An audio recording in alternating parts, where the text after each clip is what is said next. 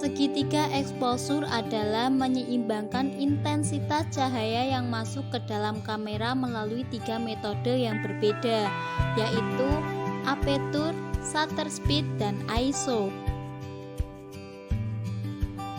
Apabila kita memakai kamera dan mengatur aperture ke angka rendah seperti f4 ke bawah, maka hasil yang didapatkan akan menjadi lebih bokeh, dengan fokus utama pada objek dan background yang blur.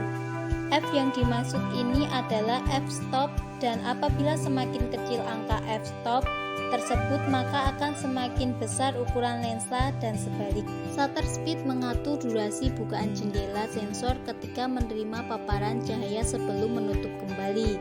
Semakin tinggi shutter speed kalian seperti 1/500 dan 1/250, maka semakin cepat jendela sensor membuka lalu menutup kembali, dan hasil gambar yang dihasilkan akan lebih tajam.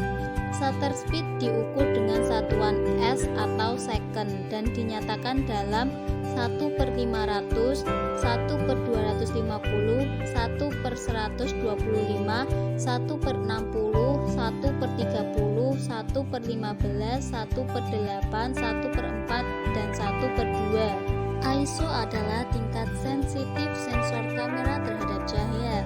Semakin rendah nilai ISO, maka hasil foto akan semakin gelap. Sebaliknya, nilai ISO semakin tinggi, maka semakin terang foto yang dihasilkan. Namun, apabila nilai ISO semakin tinggi, maka akan menghasilkan gambar yang banyak noise atau bintik hitam pada foto. Sedangkan semakin rendah nilai ISO, maka akan semakin jernih foto tersebut. Misal Anda menginginkan foto potret atau wajah orang dengan aperture f2,8 supaya terlihat bokeh dan indah, maka apabila di luar dengan cahaya matahari yang cukup, maka dapat menggunakan ISO 320 dengan shutter speed 1/6 second untuk menangkap gambar dengan depth file yang bagus, jernih, dan tidak blur.